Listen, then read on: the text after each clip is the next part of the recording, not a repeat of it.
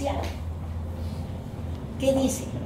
Para explicar este mecanismo de enzimas alostéricas. Miren, este es un tetrámero, pero está en la forma tensa. Tiene que pasar a la forma R relajada. Entonces, ¿qué sucede? La enzima, cuando se une al sustrato, modifica su forma. Miren, las enzimas alostéricas sufren un cambio estructural.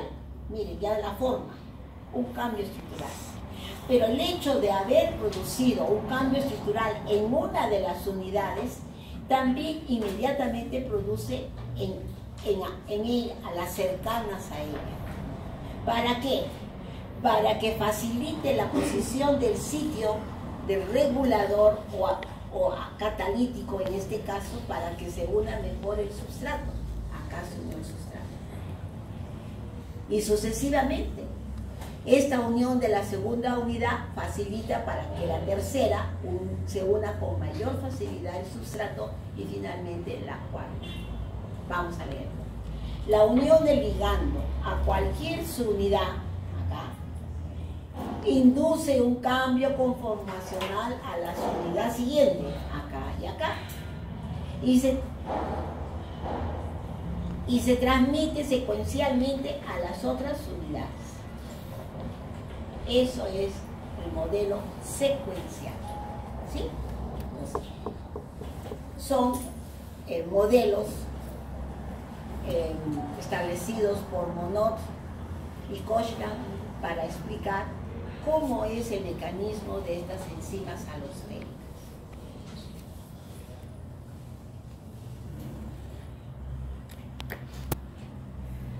La mayoría de estas enzimas, ¿qué dicen? Pueden ser activadas o inhibidas. Los efectores positivos reducen el valor del sustrato y la cooperatividad. Los efectores negativos aumentan el carácter sin moldeo de la curva. ¿Qué quiere decir eso? Acá está. Nosotros tenemos acá que hemos dicho que esta es una enzima alostérica. Las enzimas es una curva sigmoidea, característica de las enzimas alostéricas. Acá está, curva sigmoidea. ¿Qué cosa quiere decir enzimas alostéricas? Que además del sitio activo, tienen sitios alostéricos a los que se unen moléculas moduladoras. Acá, ¿y qué cosa es un modulador alostérico positivo? Molécula que se une a la enzima y aumenta la afinidad de la enzima por el sustrato. En otras palabras, acelera la reacción.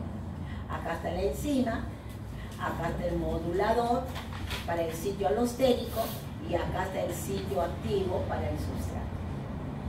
Eso está diciendo. Entonces, que tenemos moduladores alostéricos positivos, pero también tenemos moduladores alostéricos negativos. Acá, ¿qué tenemos? La enzima, el sitio activo y el modulador negativo. El modulador negativo. Cuando se une el inhibidor, produce un cambio en la estructura que impide que el sustrato se pueda unir. ¿Vieron? Por eso es inhibidor.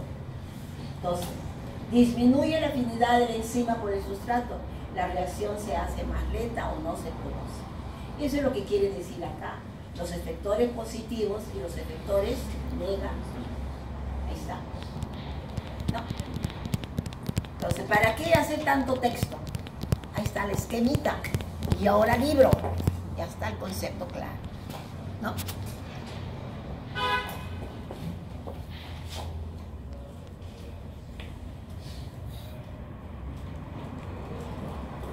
Muy bien.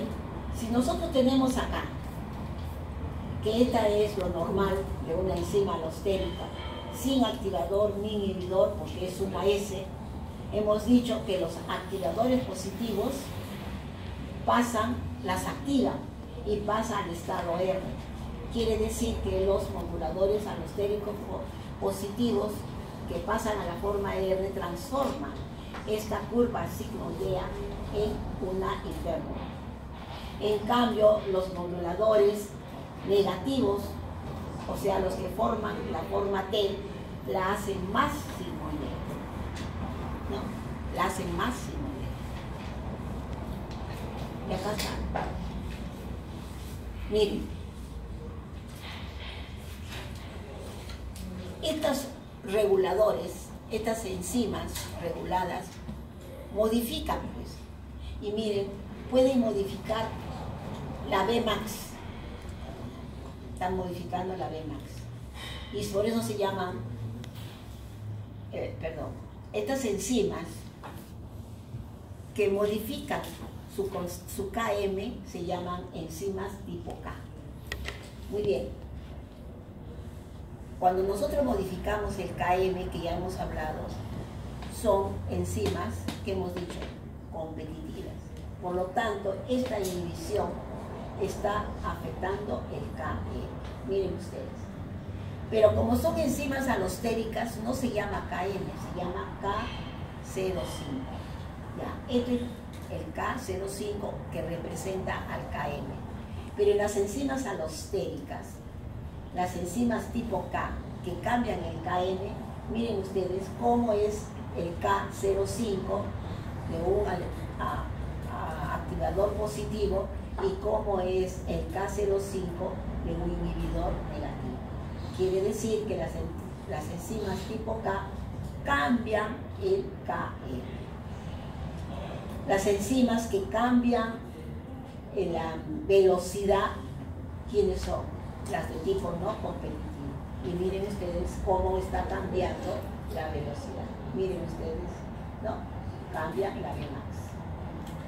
De ahí vienen pues las enzimas regulatorias que están cambiando el KM o enzimas regulatorias que están cambiando la velocidad máxima. Bien.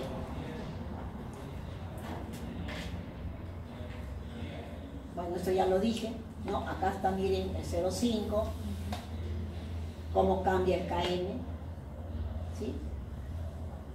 Entonces, ¿qué dice acá? Enzimas heterotrópicas. Al no ser cinética miceliana, no se puede usar el término de KM, sino K05.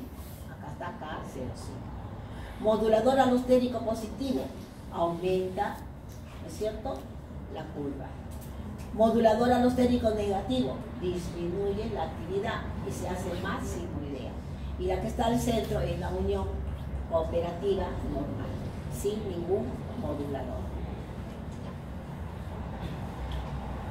Bien.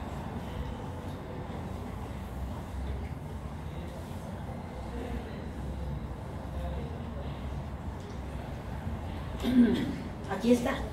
Vean. Vamos a suponer que la enzima, o en este caso, está formada por una sola unidad. ¿Qué tenemos acá? Un sitio para el sustrato, un sitio para el inhibidor, un sitio para el activador. Si este modulador es positivo, que mejora la actividad de la enzima, vean, A es el activador. ¿A dónde se va a unir? Al locus J. ¿Está? ¿Qué hace? Modifica la estructura. ¿Para qué? Para que este sitio ahora sea mejor y más asequible para que se una el sustrato. Pero si en esta forma yo no tengo el activador, sino en el inhibidor, miren, el inhibidor reconoce su sitio. Pero al colocarse el inhibidor, modifica la estructura. Pero al modificar la estructura, modifica el sitio activo del sustrato, por lo tanto no lo puede reconocer. Por eso, este es activa y este es inactiva. Entonces, cuando existe el inhibidor, no hay actividad, pues disminuye la actividad de la enzima. ¿Por qué disminuye? Porque ha modificado su estructura. Ya no puede unirse al sustrato. O viceversa. La ha modificado de tal manera que el sustrato es más asequible a que se pueda unir. ¿No? Este es el mismo caso. En lugar de ser monomérica, es dimérica. Cuando hay activador, miren ustedes, se modifica la estructura para que, para facilitar que el sustrato se una con mayor facilidad. ¿Está? Bien. Y vamos a terminar entonces con activación por proteólisis. Ya. Vamos a terminar por otro tipo de regulación que se llama por proteólisis. ¿Qué entendemos por proteólisis? Crisis es rompimiento. ¿De quién? De la cadena peptídica. ¿Cierto? Muy bien.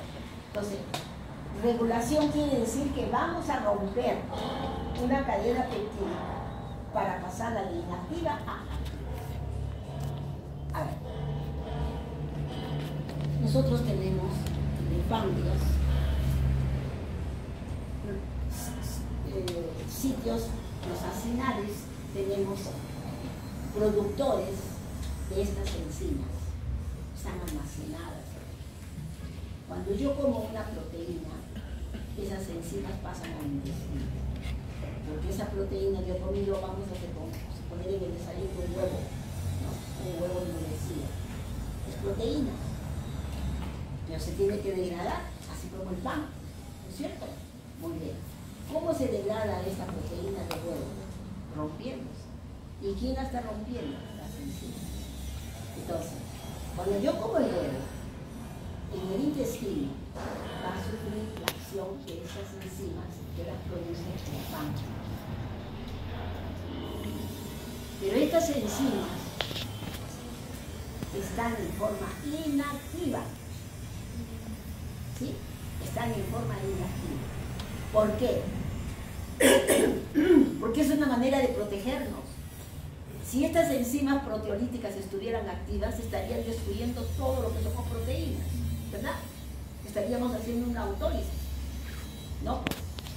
Sabe la naturaleza que ha hecho que estas enzimas estén dormidas, estén inactivas, pero cuando está el sustrato se activa. ¿Y eso qué se llama? Regulación. ¿Sí? Eso se llama regulación.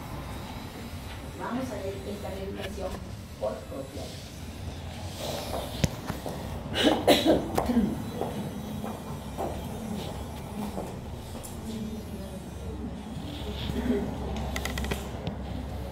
Estas enzimas se llaman proenzimas o zimógenos. Acá está. Los zimógenos o proenzimas, que son inactivos, para que pasen a activos, tiene que haber rompimiento de sus enlaces peptídicos. Este rompimiento de los enlaces peptídicos, ¿qué está produciendo? Un cambio conformacional. No requieren ATP, son reacciones irreversibles. A ver, ejemplo, enzimas proteolíticas o proteasas del estómago y del páncreas. Las enzimas que participan en el proceso de coagulación están dentro de este grupo. Vamos a ver. ¿Qué tenemos nosotros? Ubíquense acá en el estómago e intestino, ¿sí? Todos sabemos que acá en el estómago hay una enzima que se llama, que actúa, que degrada la proteína, y se llama pepsina. Pero esta pepsina no está activa, si no estaría destrozando nuestro estómago. Está como pepsinógeno, inactivo. ¿Cuándo va a pasar activo? Cuando vamos a modificar su estructura. En el intestino vamos a tener otras enzimas que también van a degradar las proteínas que vienen del páncreas, pero están en forma inactiva. ¿Cómo las vamos a pasar activas? Modificando su estructura. Ahí nos dirigimos. A ver. ¿Qué tenemos acá? En el estómago tenemos las enzimas proteolíticas o proteasas y que están en la forma de enzima inactiva o pepsinógena. El pH del jugo gástrico transforma el pepsinógeno inactivo en pepsina activa. La enzima está activa. ¿Ok? Eso en el estómago. ¿Qué pasa en el intestino? El páncreas se sintetizan las enzimas en forma de ¿qué? De proenzimas inactivas. Se rompen en el intestino para pasar activas y pueden recién degradar. No entiendo. A ver, vamos a ver.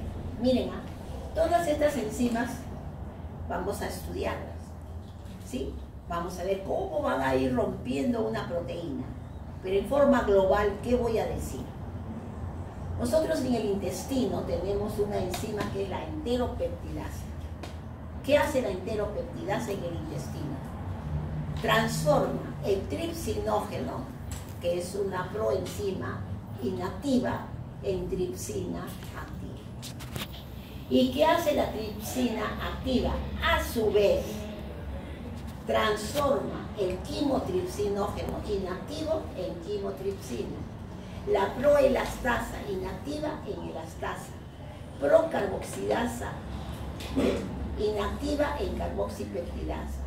Y prolipasa en lipasa. Quiere decir que estos son simógenos inactivos y los amarillos son las enzimas activas. ¿Sí? ¿Esto cuándo sucede?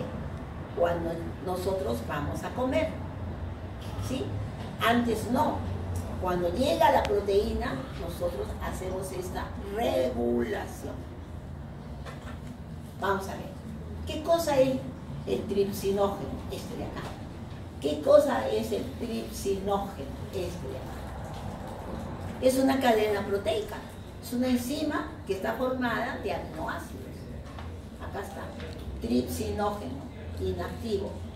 Miren. 245 aminoácidos. Pero ¿cómo va a pasar de inactivo a activo?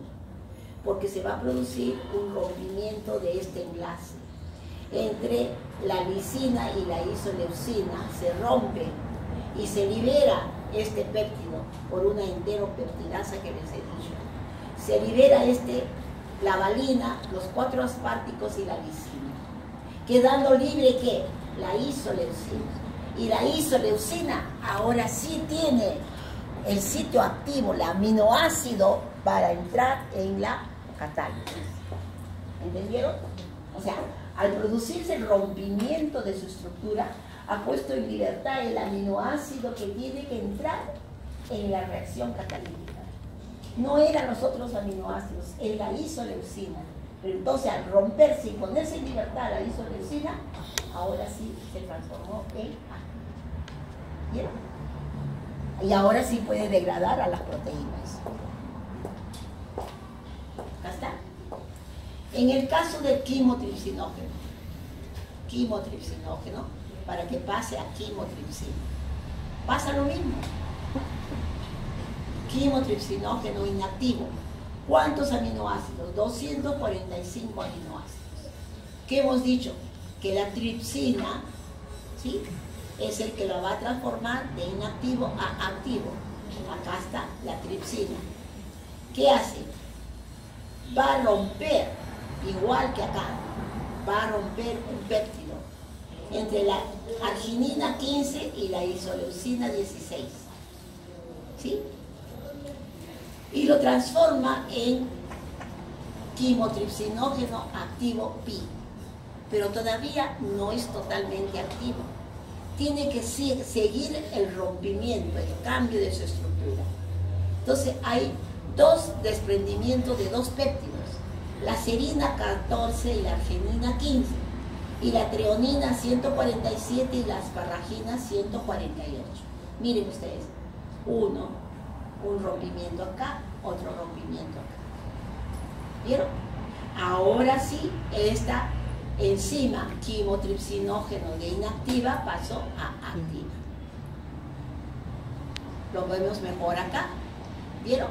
Acá lo estamos viendo. Este es el quimotripsinógeno de 245 aminoácidos.